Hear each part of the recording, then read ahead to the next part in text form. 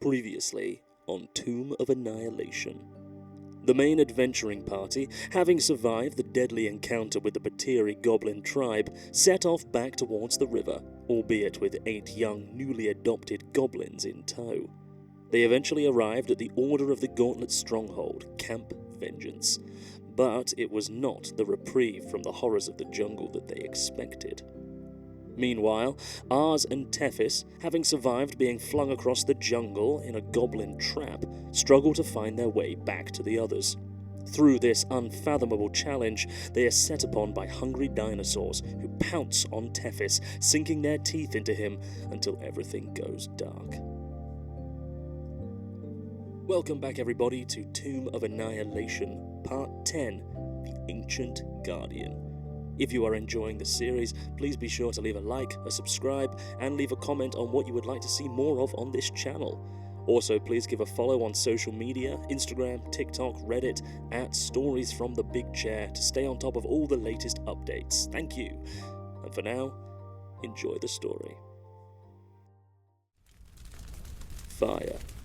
A landscape of flame, as far as the eye can see. Pillars of never-ending inferno swim across the horizon like a blizzard. As Tethys surveys the surroundings, a circle of combustion erupts around him as a ring of fire entraps him within this surreal place. Last he remembers, he was being mauled apart by fierce Deinonychus, ripping at his flesh and gnawing on his bones. Is this the afterlife? They do say that hell burns fiercely like no place before it. A flash of bright light beckons forth a wave of flame that begins convalescing in front of him. It makes the shape of an armored man, further accentuated as a stern-looking face materializes upon the body. This is not his god, Hor, the one for whom he swore his paladin's sacred oath. This is no afterlife. This is not even hell. Speak! I demand to know who you are. Why have you brought me here? Swathed in flame, the being addresses Tethys. I am Korsuth, Lord of Flame. Korsuth. Tethys has heard that name. A few days prior, when he was bound and chained by the mad merchant prince Keothi back in Port Nyanzaru, she spoke of a fanatical commitment to Korsuth, showing her loyalty by sacrificing people with fire. Keothi had wanted him to join her quest and find a powerful item for her out in the jungle. Tethys had refused and was sent on his way. The Lord of Flame continues. You declined my offer once, but you will not decline it now. Korsuth explains that Tethys is currently mere moments away from death, as his body is torn apart by savage beasts. But Korsuth can offer him a way out. He senses the rage and fury burning inside Tethys, a powerful anger just waiting to be unleashed. Korsuth can make it happen, can allow Tethys to reach his full potential. All Tethys must do is accept. Backed into a corner, Tethys is at a loss. He does not want to defy his god Hor and accept the gift of a primordial being which is, let's face it, definitely evil. But at the same time, he does not want to die. There is so much more he needs to do first, and this damn death curse would make it impossible for him to come back. He raises his head, taking his eyes away from the ground, now facing the imposing being stood before him. I accept. Korsuth smiles. He floats down towards Tethys. Then wake, he demands before reaching out a hand and grabbing a hold of Tethys' face. Tethys screams as his skin burns, Korsuth's thumb covering his left eye. And with a searing flash, Tethys jolts back to consciousness. An explosion of fire sends the Deinonychus flying, leaving them charred corpses on the ground. Ars, who at this time had still been hurriedly fending off more of the hungry dinosaurs, is hit with this burst of flame, scorching the dino in front of him, but leaving Ars unscathed. The jungle goes silent. Breathing a sigh of relief, Ars staggers his way over to Tethys and offers him a hand. I thought you were a goner, he says. Yep, Tethys replies, taking a hold of it and pulling himself up. I thought so too. Ars steps back, a surprised look in his eyes. Tethys, your face. Across the left side of the paladin's face, a burnt white, handprint rests, the thumb of which covers the left eye, leaving it a cloudy white ball. Tethys squints with his one working eye. I'm alive, he hesitates. That's all that matters. Venturing further into the jungle, Ars and Tethys search for a place to rest up. Nothing stands out to them. Through the rain and the thick foliage, they are not even sure if they're still traveling in the right direction. Unaware of the passage of time, night eventually falls upon them. Cutting their losses, they find a spot that might be safe for them to sleep in that night. They set up a campfire and begin simmering down for the evening. Tethys stares deeply into the flames. Ars sits down beside him. Tethys, what happened back there? That wasn't normal. Tethys does not break his gaze with the flames. No matter how hard I try, how far I run, the flames always catch up with me. Tethys tells Ars about his life, how he was born an outcast. His parents were travelers, and his unexpected birth during a storm forced them to halt their travels in the quaint northern village of Kelb, where an illness that affected his mother prevented them from leaving, and where he was then forced to grow up. Kelb was a community that shunned outsiders, and Earth Genasi like them were viewed unfavorably. Because of this, Tethys grew up friendless in a place that did not want him. His father was forced into humiliating labor to keep them afloat, constantly berating and blaming Tethys for the misfortune that had befallen them. Within the village, inside a temple, there lay a shrine to the god Hor, god of retribution, revenge, and poetic justice. Every day, Tethys would light a candle and pray before Hor's shrine that the misfortune that had befallen him and his mother would be undone, and that the cruelty of others, namely the racist people of Kelb and his abusive father, would face divine justice for their sins. That justice did not come, and instead, one day, during his prayers, Tethys accidentally knocked over his candle, setting the entire statue ablaze, burning it to the ground. This was Tethys' first mistake, the one that set him on a path that he could not abandon. You see, the temple in which the shrine resided belonged to an organization called the Order of the Gauntlet, which held a stronghold named Hawk's Nest not far from the village. These were supposedly holy knights sworn to uphold the righteous tenets of the gods. As much believers in retribution as himself, Tethys' punishment for burning down the shrine was to be taken away from his family and put to work as a squire at Hawk's Nest. Things only got worse for Tethys from here, however, as he was forced to squire for a cruel knight named Argent Sail, who... Tethys is cut off mid-sentence, as the campfire before him coughs up a spark of flame so large it startles them both. Some of the tinders tickle Ars on the nose. He stands up and backs away from it. That is when he hears a voice in the distance. Hello? Ars wanders off to get a better look. Following the sound, he finds only a cluster of lights bobbing around mid-air. Someone there? He asks, before a deep growl penetrates through the quiet air, accompanied by the rustling of tall grass. Not wanting to wait to find out what it is, Ars bolts back towards the campsite. Alone at the campfire, Tethys hears a voice too. Behind you? Tethys swoops around quickly, trying to see where the voice came from. Ars, is that you? He asks. Over here! The voice now coming from another direction. Tethys swings around again. Some kind of invisibility, huh? He scoffs before swinging a fist at the air. The voice keeps goading him, and Tethys keeps swinging, flailing his arms around and looking ridiculous as he does so. Ars runs back through the thicket, ready to tell Tethys to pack up camp and run. But as he reappears, one of Tethys' rogue swings collides directly with Ars' face. The clothesline decks Ars to the ground with a mighty thud, and this is immediately followed by a high-pitched, gut-clutching laugh as a small creature materializes above them. A fairy dragon. A cat-sized creature sporting draconic features, butterfly-like wings, and scales of a warm green hue.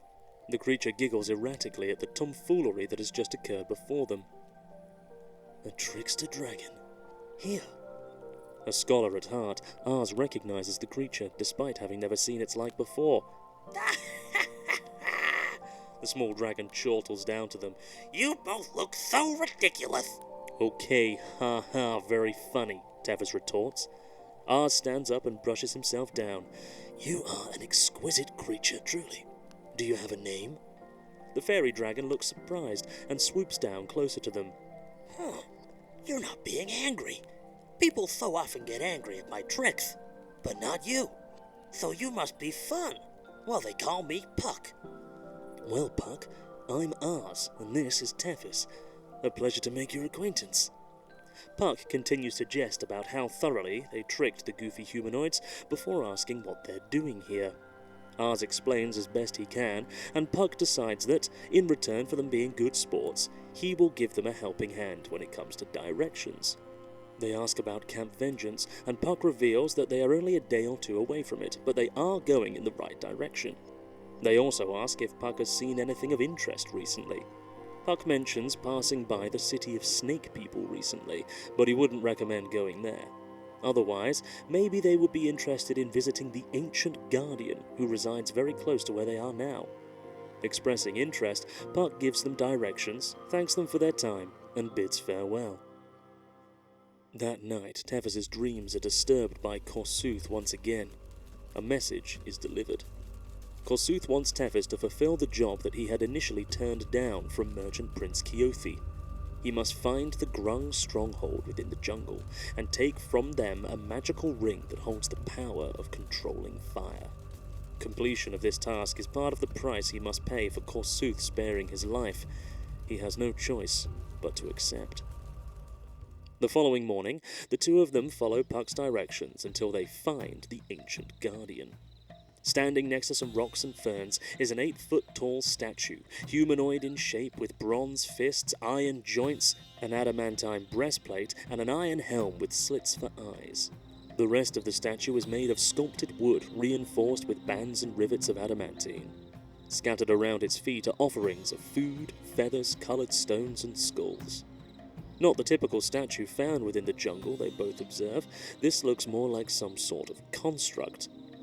Looking around the base of the statue, Tethys notices a plethora of small footprints, likely belonging to goblins, grung, or other small beings who likely worship this thing. Ars has seen something like this before. It strongly resembles a shield guardian, magical constructs used by wizards as protection. There will always be a control amulet nearby that can activate... Hang on. The amulet.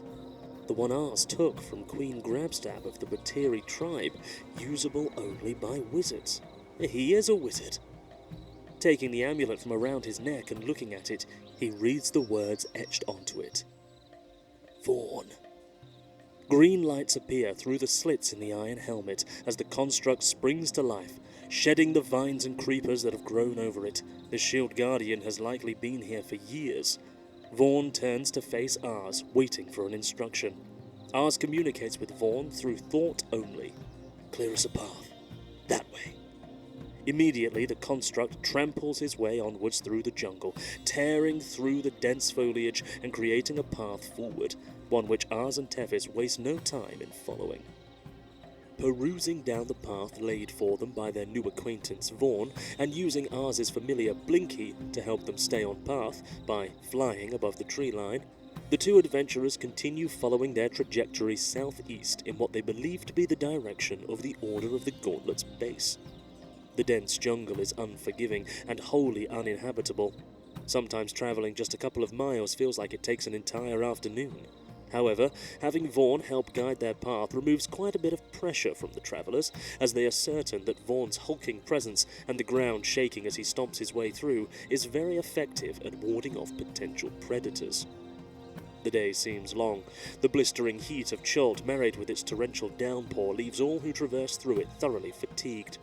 Dragging themselves onwards, they finally make it to the end of the seemingly unending tree line. Breaking through, they are met with a beautiful sight. Rushing water denotes the presence of the Soshan Star River, and following the stream down with their eyes, they see a wooden fortification sporting the banner of the Order of the Gauntlet, Camp Vengeance. Upon arrival, they are met with the same grisly scene that the other half of the party had experienced not a day or so prior. Similarly disappointed that the stronghold is not exactly the safe haven they expected it to be, they are not as disheartened as the others were, as this is still the safest place they have found in this unrelenting maze of a jungle so far. A flash of Tethys' silver gauntlet allows them entry to the compound. Vaughn remains outside. It is late, so most of the people still stirring are the ones on guard duty. Inquiring a little about the functionality of the place, they are both told that Commander Breakbone will find work for them in the morning. For now, they should rest up. There should be some available tent space. Ars wastes no time in snuggling up for the night. Tethys, however, meanders his way over to the hospital tent, where the sounds of pained groans are echoing. Dipping his head inside, he sees a wounded soldier being comforted by Undril Silvertusk, the half-orc cleric whom they had initially travelled with. She casts a spell, putting the wounded soldier into a magical slumber before looking up. Upon seeing Tethys, her eyes widen and a smile appears across her weary face. She rushes up and embraces him. "I thought you were dead." "Oh, you have no idea." "You came back. I knew you would." "Well, yeah. You still owe me half my pay." After a brief conversation about the last few days, Tethys lends a hand in getting the sick and wounded to sleep. Once that is done, Undril brushes herself down. "Well, that's just about everything finished up here. I'm heading to bed. Care to join? Perhaps things aren't looking quite so bad for Tethys after all." Not too far away, we find ourselves sitting in a canoe, rowing northward against the stream of the river Soshenstar. Revna the elf, Bori the dwarf, and Bumble the goblin are travelling back towards the one city within Chult that is not a ruin, Port Nyanzaru. Travelling with them, their hired wilderness guides, Kawasha and Weed, as well as 8 goblin children who were adopted by Bumble just the other day, and a number of sick and wounded members of the Order of the Gauntlet. The previous day, the adventurers had had a not-so-pleasant first encounter with the leader of the Gauntlet's forces, Commander Niles Breakbone, who swiftly recruited them up to carry out some of his dirty work. Specifically, they have been tasked with delivering 2 things to Port Nyanzaru. The sick and wounded are to be taken for healing, and some important letters and missives are to be delivered to the Gauntlet's outside benefactors. All of them, Revna, Bori, and Bumble, are not best pleased with this task, but acknowledge that the Gauntlet are a useful ally to have, especially after their previous run-in with the Flaming Fist, and they have a goal of their own which requires returning to the city. Revna plans to visit the Mages Guild in the hopes that they can magically communicate with Ars and Tethys to find out where they are. Journeying back up the river is far less eventful than the journey down it. This time, they know to keep conversation to a minimum to attract as little attention as possible. Against their moral judgment, they decide not to acquaint themselves with these Order of the Gauntlet members, as the last time they got to know their travelling companions, most of them died horribly soon thereafter. And anyway, most of these members are too sick or wounded to make conversation at all. The goblin children were not so easy to keep quiet. However, Kawasha had come up with a rather effective means of dealing with them, by frequently overfeeding them on good berries, which rendered them dormant for the majority of the trip. Keeping their heads down and prioritizing quick travel, it only takes a couple of days for them to breach the perimeter of the jungle once more and sail out into the expansive shining sea, perfectly complemented by the silhouette of the city cascading into view as the sun begins to set behind it. Kawasha expresses that the goblin children will not be welcome in the city, so he volunteers to take them with him to the Emerald Enclave Sanctuary, where he and Weed will reside until the group are ready to traverse the jungle again. Bumble is reluctant to part with them, especially Clap, the young goblin with whom she has formed somewhat of a maternal bond, but she relents and admits that Kawasha is right. Though it has only been a few days, seeing civilization once again brings with it a breath of fresh air and an aura of safety. The adventurers can rest easy knowing that they have nothing to fear here. A roof over their heads and a hearty meal is just what they need after these demanding days of toil and loss. That feeling of safety, however, is quickly snuffed out as, after mooring their canoes at the dry docks and handing over the wounded and the letters to the Order of the Gauntlet's camp in the warehouse district, they ascend towards the Red Bazaar within the market ward, the intention of visiting the Thundering Lizard Inn for the night. This is where they see, plastered all over the notice boards in the market, their own faces. Faces attached to large, wanted posters. Arsonists wanted alive at the behest of the Flaming Fist, with a monetary reward for the person who brings them in. It clocks on at this very moment that the three of them have been getting some rather strange looks from folk as they've made their way through the city. A shout of, "There! It's them!" soon follows. Surveying the immediate area, they spot some guards wearing Flaming Fist attire making their way through the crowds towards them. What do we do? Bumble yells. Hide! Bori calls back. A loud crash echoes through the air as the guard's attention is drawn towards a market stall that has somehow collapsed. The three of them feel a furry hand brush against their shoulders. Come, before they see us. With a yank, the adventurers are pulled away from the Red Bazaar and begin a light jog through some back alleys leading to the south of the city. Eventually, they make it to Tariki Anchorage, to the maroon building that they have visited before, the Zentrim headquarters. Making it inside, they take a moment to catch their breath. They are met with a few familiar faces. The Tabaxi twins, River Mist and Flask of Wine, are the ones who rescued them from the market just now, and Roka, the Zentrim member that organised the heist on the Flaming Fist not a week prior. Bold move showing your faces back here. You're the most wanted people in the city. Along with yours truly, of course.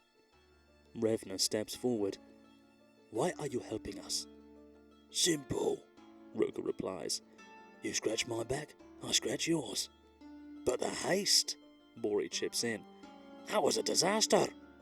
It may seem that way, Roka replies in a smug and coy manner. But no, the information that we found that night is more valuable than any of their buildings. Roka explains that he was able to use the sending stone that they stole to discern that Commander Portia, the leader of the Flaming Fist in Chult, is indeed working alongside the Chultan pirates, giving them money in exchange for leaving Flaming Fist vessels alone, and instead putting their attention on their rival ships like the Zentrim, the Order of the Gauntlet, and the Merchant Princes. On top of that, using some excellent deception skills, Roka was able to learn the location of the pirates' secret hideout, a place called Jahaka Anchorage, found on the west coast of the peninsula. With this crucial information, the next logical step in Roka's plan would be to strike while the iron is hot and take the fight to the pirates, thus making the Flaming Fist lose their upper hand. Unfortunately, the Zentrim have expended most of their money and resources on other endeavours, meaning they do not have the manpower to plan an assault on the pirate base. Roka inquires if the party would be interested in carrying out such a job, especially as they have already proven themselves as worthy warriors. He also notes how the harbour master of Port Nyanzaru, a gold dragonborn named Zindar, put out an ad recently boasting a handsome payout for anyone who captures or kills the pirate leaders. Despite the enticing invitation, the party decline, stating that they have returned to Port Nyanzaru with other goals in mind. Roka is understanding, but stresses that taking the Flaming Fist down a notch would benefit them all. And granted, he's not wrong. The three of them are given a bed to sleep in within the Zentrim headquarters that night. Bumble, River Mist, and Flask of Wine exchange stories about their various encounters within the jungle.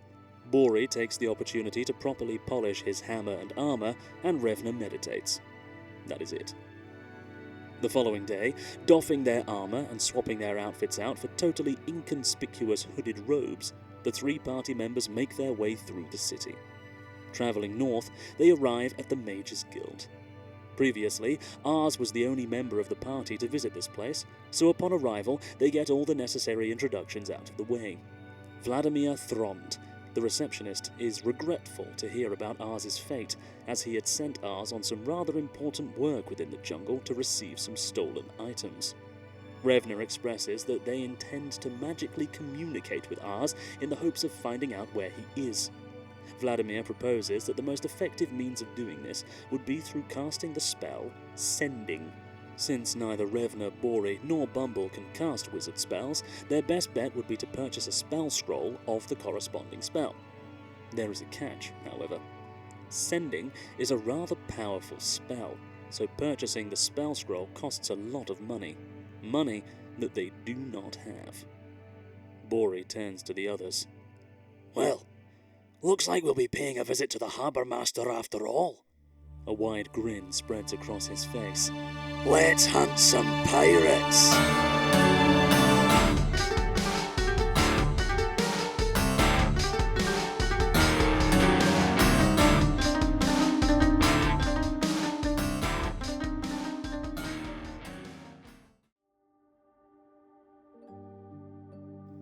Next time, the main party take the fight to the high seas as the hunt for the pirate captains begin. Meanwhile, Ars and Tethys, with their newly acquired allies, begin an undead killing excursion towards the ruined and mysterious city of Mesro.